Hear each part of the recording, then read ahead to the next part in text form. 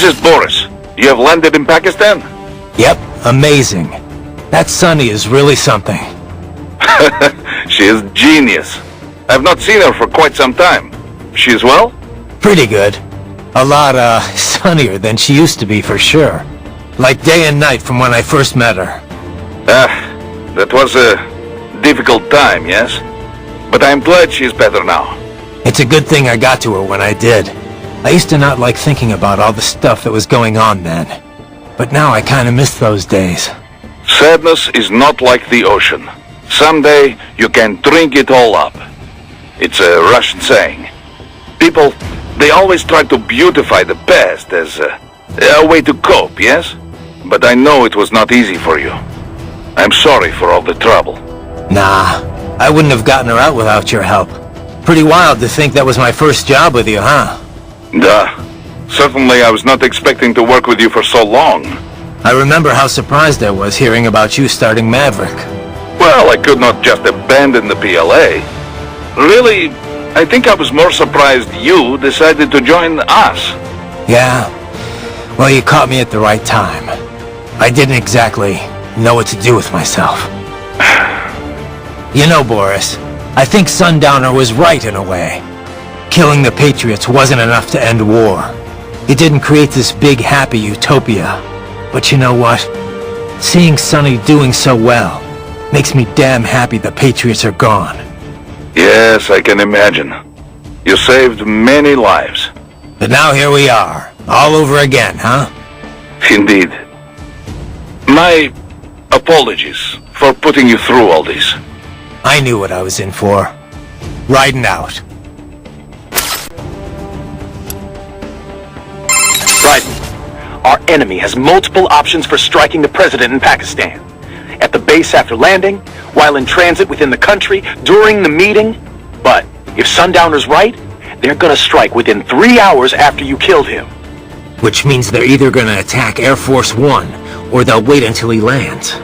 I kinda doubt there are any Pakistanis on board Air Force One, though. It's not like in the movies. They never let foreign press on the flight. They could try to shoot it down from afar, I guess. But anything the Pakistan Air Force could deploy would show up on US radar instantly. Which means their best bet at kickstarting another war on terror would be post-landing. They're probably set up for the assassination over at the base. You better get moving. So the president's visit to Pakistan, it's meant to build government ties, right? Right. You probably know this, but there's a region on their northwest border called FATA. Stands for Federally Administered Tribal Areas. The central government is... well, let's just say they're not entirely in control of that part of the country. Right.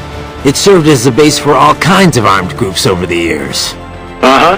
The US started staging cross-border raids there at the turn of the century, chasing after combatants that fled out of Afghanistan.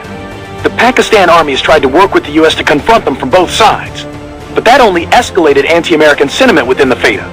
You can only get away with so many botched civilian strikes after all. I thought that post-SOP, the US, pretty much pulled out of Afghanistan. You know, after all that anti-war economy stuff broke out. They did. That put an end to the FATA strikes, but definitely not the anti-American groups. Now their anger's channeled towards the pro-US central government instead. Wouldn't this visit just enrage the FATA groups even more, though? I know President Salam's pretty much on the American side. Yeah, but Salam doesn't care. He's got no interest in dealing with them. He wants to get the Feta back under control, and I guess he wants America's help doing it. And how do his people feel about that? It's pretty much 50-50. A lot of people hate the US, for sure. But a lot of others have been directly affected by the anti-government suicide bombings, too.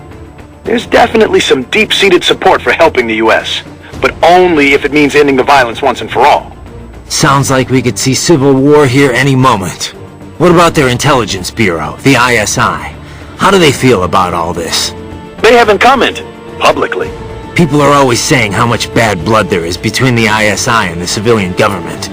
Oh yeah, there are stories all the time about their involvement with insurgents or terror groups. Depending on how the ISI acts, things over there could change pretty damn quickly. No wonder Armstrong chose this place. It's like one big powder keg.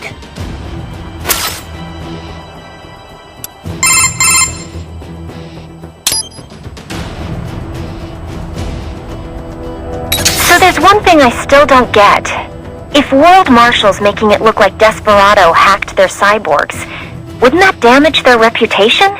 Maybe they can hide the fact that they're involved in terrorism that way, but wouldn't they still be liable for the fact that they, got hacked? They probably would, yeah. But the only thing they're looking for here is a profit. Maybe they need to demonstrate neglect if they're gonna make any money off of this. How so? Well, Kevin dug up some intel. Half of the contractors stationed here didn't get their contracts renewed at the end of March. The US government rewrote their contract with Marshall earlier. Had to cut military spending after all, with the recession going on. And so they'll say the contractors were spread too thin to prevent the hacking. Exactly.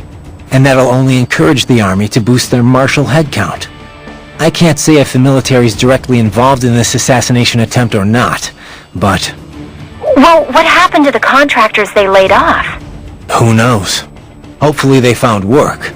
But work like that isn't exactly easy to come by. Ever since the war economy died down, after the Patriots, life's been pretty much hand-to-mouth for a lot of contractors. Huh. When you put it that way, I can almost understand what Sundowner was saying. Yeah, but starting a war just to boost your profits? That's crazy, Courtney.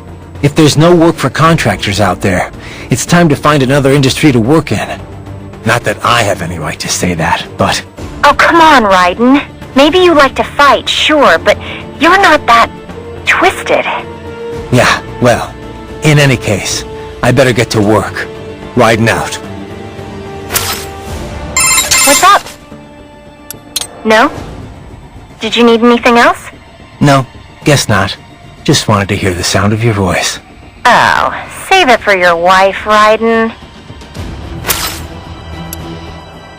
In Pakistan already, and so quickly. Ah, science never ceases to amaze me.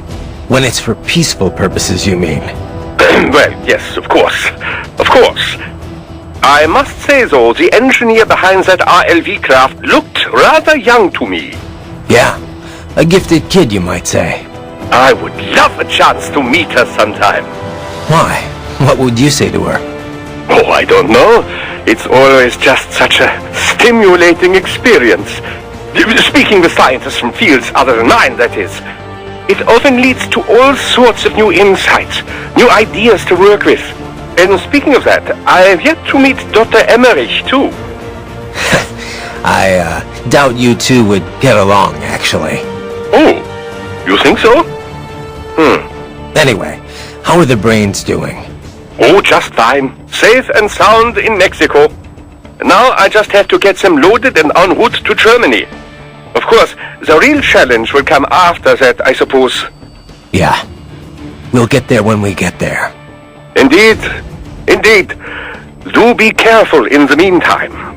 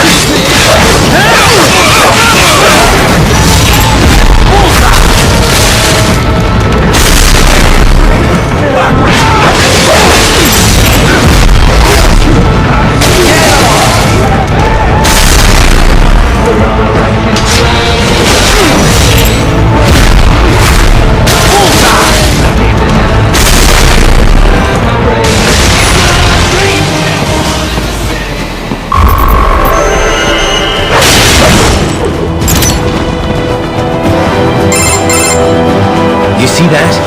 Their exit codes show up as unaffiliated. Wait, Marshall has the security contract for this base.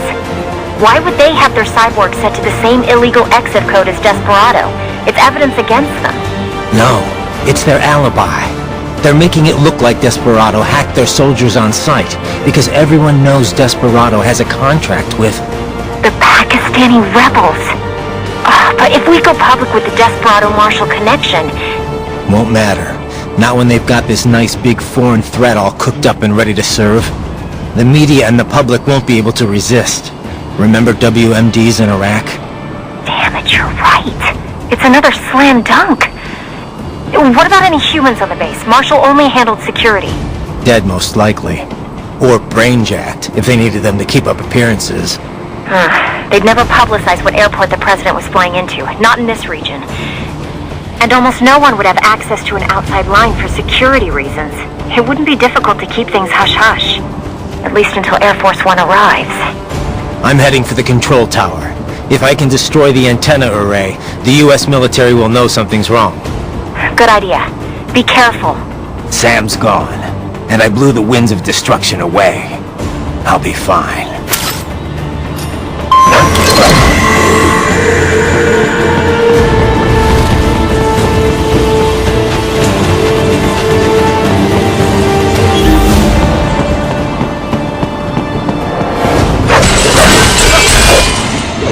Raiden, there is no time to worry about the soldiers. Get to the control tower. Raiden, what is the status at the base? Overrun with Desperado's cyborgs, as expected. Security's still pretty lax, though. Yes, I don't think they're anticipating another cyborg to show up. They are, after all the way out in Pakistan. Doubtful there will be any cyborgs here, except at the base, forces hired by the US.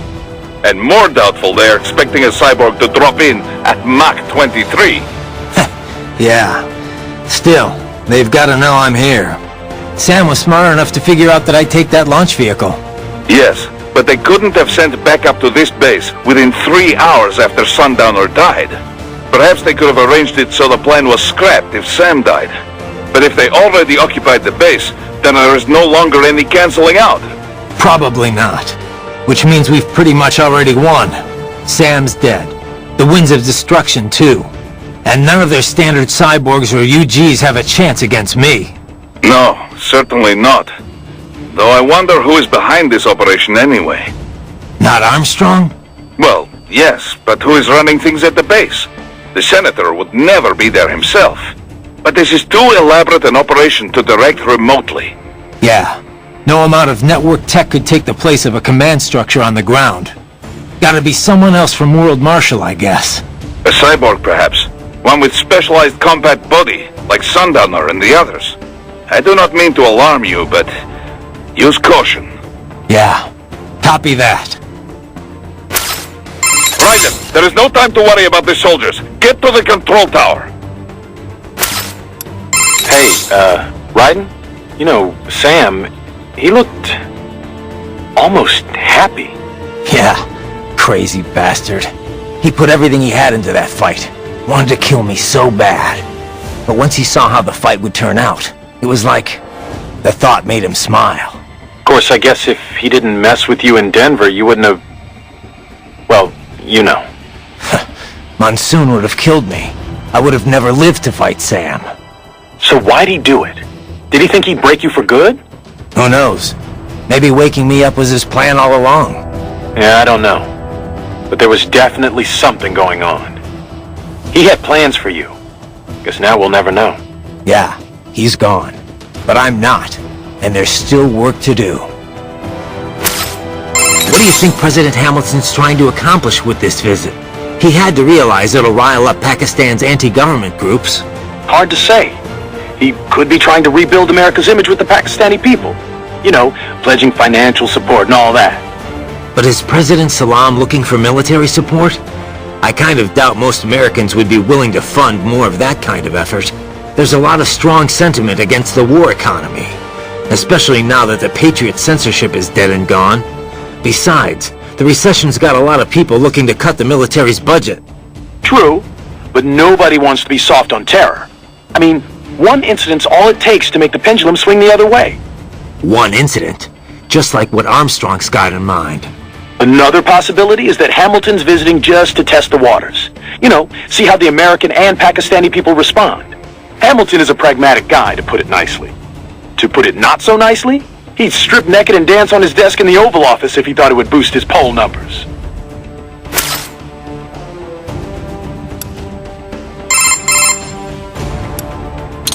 So Raiden, let me get this straight. Armstrong wants to kill the president and pin the blame on Desperado? That's what it looks like, yeah. You think it'll work? I mean, assuming he succeeded, what would be Desperado's motive for killing Hamilton? It's not like they can come out and say, well, we just wanted more wars to profit from. No.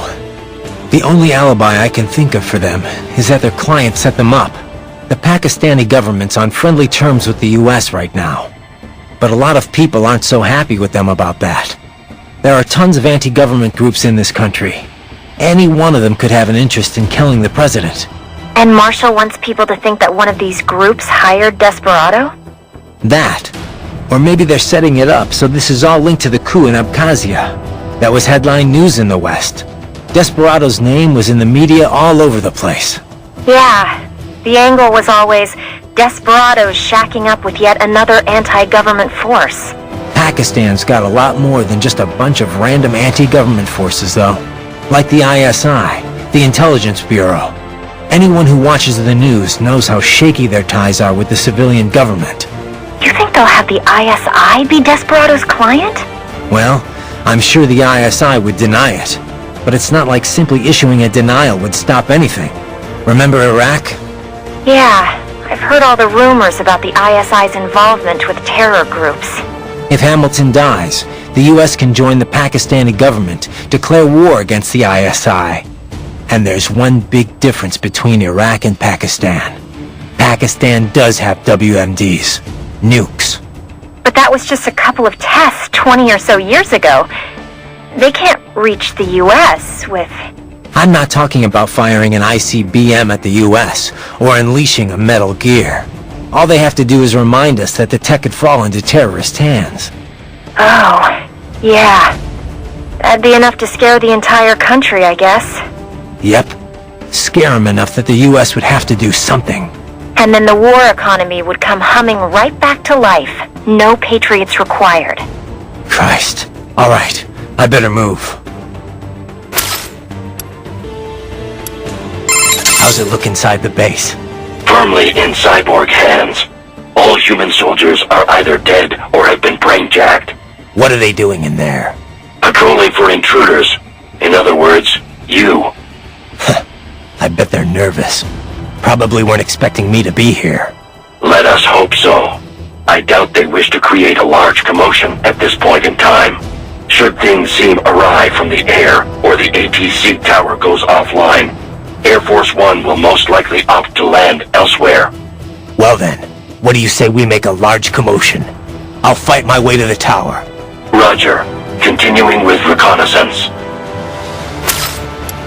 So what happened with the RLV after it dropped me off? Running on autopilot. She'll circumnavigate the Earth and head back. Wow, a trip around the world, huh? That's the sort of distance you need to reach orbital velocity.